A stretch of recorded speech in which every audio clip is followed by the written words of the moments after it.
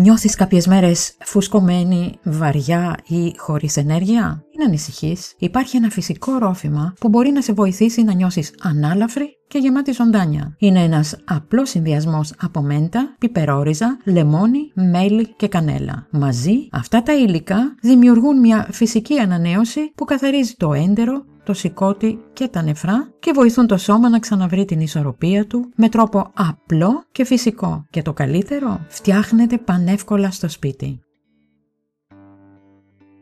Είστε στο πολυθεματικό κανάλι Μέα Κόλπα και πριν συνεχίσουμε θυμηθείτε να κάνετε εγγραφή όσοι δεν το έχετε ήδη κάνει, να μας δώσετε ένα like, να κοινοποιήσετε το βίντεο και να ενεργοποιήσετε το καμπανάκι για να ενημερώνεστε άμεσα για τα καινούργια βίντεο.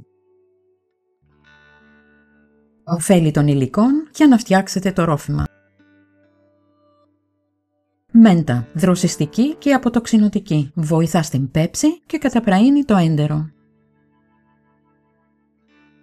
Πιπερόριζα, ζεσταίνει το σώμα, μειώνει τα φουσκώματα και ενεργοποιεί τον μεταβολισμό.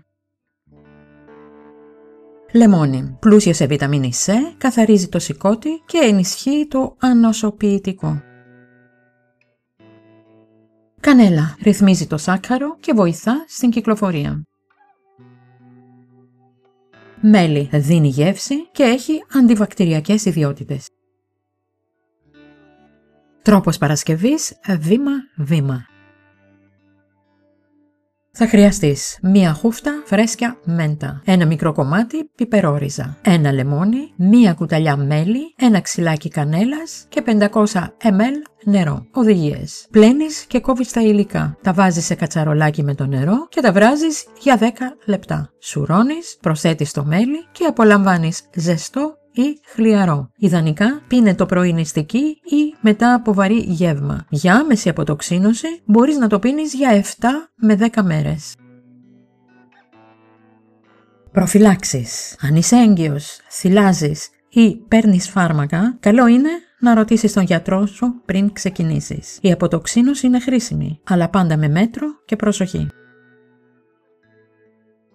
Συχνές ερωτήσεις. Μπορώ να το πίνω κάθε μέρα? Ναι, αλλά όχι όλο τον χρόνο. Καλύτερα σε μικρές θεραπείες 10 ημερών. Μπορώ να το πιω κρύο? Φυσικά. Με λίγα παγάκια γίνεται τέλειο για το καλοκαίρι. Βοηθά στο αδυνάτισμα? Έμεσα, ναι. Ενεργοποιεί τον μεταβολισμό και καθαρίζει το σώμα. Μπορώ να αντικαταστήσω το μέλι? Ναι, με σιρόπι αγάβης ή σφενδάμου για vegan εκδοχή. Είναι έντονη η γεύση? Όχι. Το λεμόνι και η μέντα ισορροπούν τέλεια την πιπερόριζα. Μπορώ να το φτιάξω χωρίς κανέλα? Ναι, αλλά η κανέλα προσθέτει γεύση και αντιοξυδωτικά.